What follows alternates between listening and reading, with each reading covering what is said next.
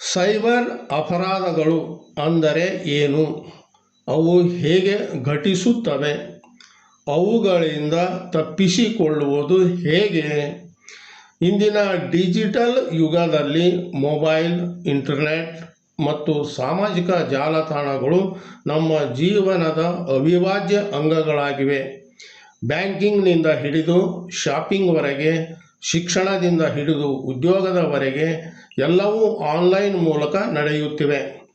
ಆದರೆ ತಂತ್ರಜ್ಞಾನ ಬೆಳವಣಿಗೆಯೊಂದಿಗೆ ಸೈಬರ್ ಅಪರಾಧಗಳ ಸಂಖ್ಯೆಯೂ ಹೆಚ್ಚುತ್ತಿವೆ. ಪ್ರತಿದಿನ ಸಾವಿರಾರು ಜನರು ಆನ್ಲೈನ್ ವಂಚನೆಗಳಿಗೆ ಒಳಗಾಗುತ್ತಿರುವ ವರದಿಗಳೂ ಇವೆ. ಹಾಗಾದರೆ ಸೈಬರ್ ಅಪರಾಧಗಳು ಅಂದರೆ ಏನು? ಅವು ಹೇಗೆ ನಡೆಯುತ್ತವೆ ಮತ್ತು ಅವುಗಳಿಂದ ನಮ್ಮನ್ನು ನಾವು ಹೇಗೆ ರಕ್ಷಿಸಿಕೊಳ್ಳಬಹುದು? ಬನ್ನಿ ಈ ವಿಷಯವಾಗಿ ಸಂಪೂರ್ಣವಾಗಿ ತಿಳಿದುಕೊಳ್ಳೋಣ. ನಮಸ್ಕಾರ ವೀಕ್ಷಕರೇ, ನಾನು ರಾಜು ಉಸ್ತಾದ್. ಕರ್ನಾಟಕ ಸಂಚಾರ ಹೆಸರಿನ ಸಮೂಹ ಜಾಲತಾಣಕ್ಕೆ ನಿಮಗೆ ಸ್ವಾಗತ. ಇಲ್ಲಿ ಮೊದಲು ನಾವು ಸೈಬರ್ ಅಪರಾಧಗಳು ಅಂದರೆ ಏನು ಅನ್ನುವುದನ್ನು ತಿಳಿದುಕೊಳ್ಳೋಣ. ಸೈಬರ್ ಅಪರಾಧಗಳು ಅಂದರೆ ಕಂಪ್ಯೂಟರ್, ಮೊಬೈಲ್, ಇಂಟರ್ನೆಟ್ ಅಥವಾ ಡಿಜಿಟಲ್ ತಂತ್ರಜ್ಞಾನವನ್ನು ಬಳಸಿಕೊಂಡು ಮಾಡುವ ಕಾನೂನುಬಾಹಿರ ಚಟುವಟಿಕೆಗಳಾಗಿವೆ. ಇವುಗಳಲ್ಲಿ ಹಣದ ವಂಚನೆ, ವೈಯಕ್ತಿಕ ಮಾಹಿತಿಯ ಕಳವು, ಸಾಮಾಜಿಕ ಜಾಲತಾಣ ಖಾತೆಗಳ ಹ್ಯಾಕಿಂಗ್, ನಕಲಿ ವೆಬ್ಸೈಟ್ಗಳ ಮೂಲಕ ಮೋಸ ಮಾಡುವುದು ಸೇರಿವೆ. ಸೈಬರ್ ಅಪರಾಧಗಳಲ್ಲಿ ಪ್ರಮುಖವಾಗಿ ಇವುಗಳನ್ನು ಗುರುತಿಸಬಹುದು. ಮೊದಲನೆಯದಾಗಿ ಫಿಶಿಂಗ್.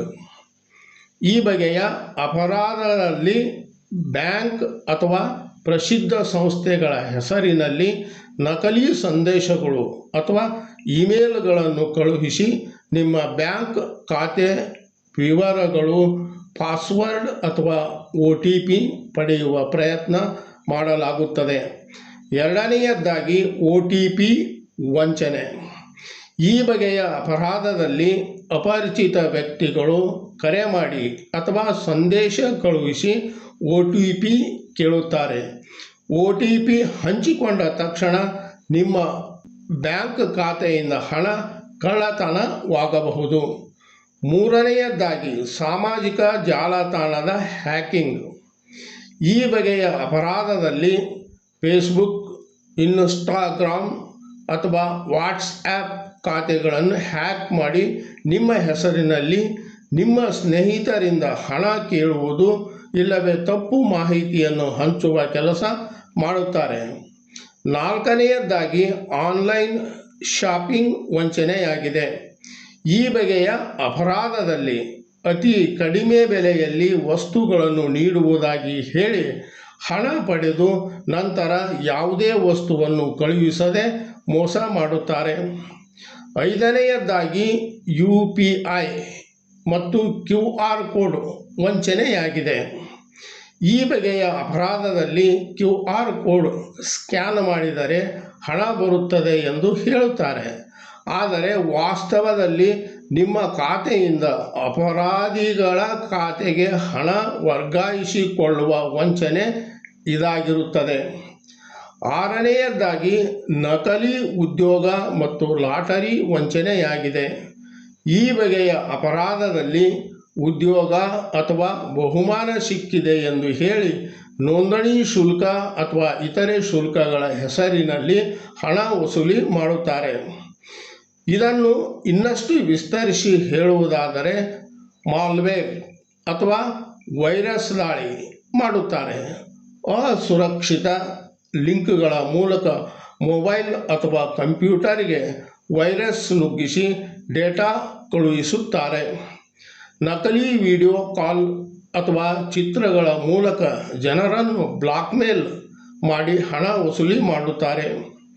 ಇನ್ನು ಸೈಬರ್ ಅಪರಾಧಗಳು ಹೇಗೆ ಘಟಿಸುತ್ತವೆ ಎನ್ನುವ ಪ್ರಶ್ನೆ ಏಳುತ್ತದೆ.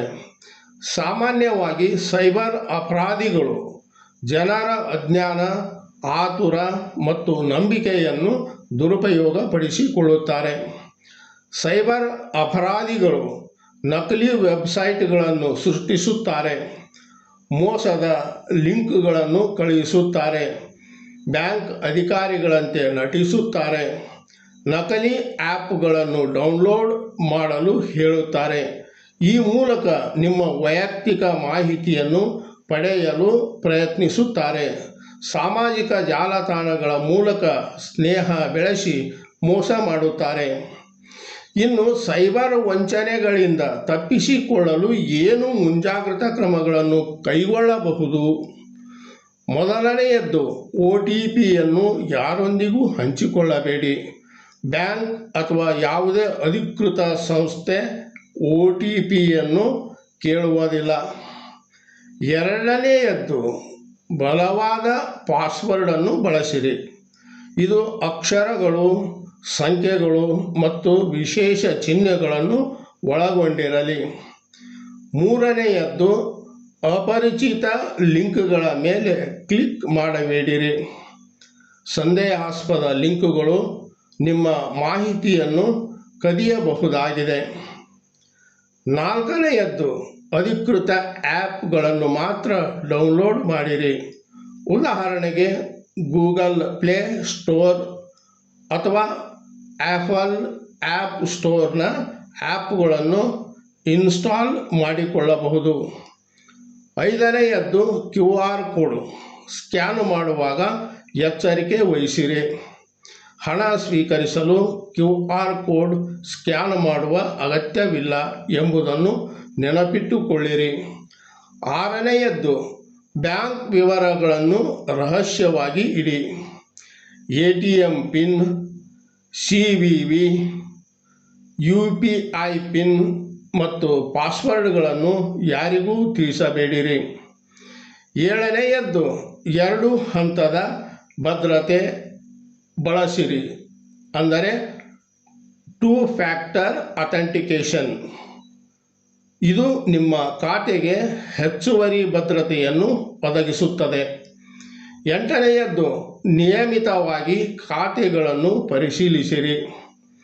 ಬ್ಯಾಂಕ್ ಮತ್ತು ಡಿಜಿಟಲ್ ಖಾತೆಗಳ ವ್ಯವಹಾರಗಳನ್ನು ಆಗಾಗ ಪರಿಶೀಲಿಸಿರಿ.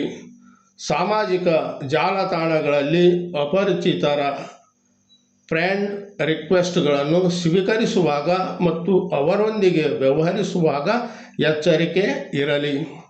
ಇನ್ನು ಸೈಬರ್ ವಂಚನೆ ನಡೆದರೆ ಏನು ಮಾಡಬೇಕು?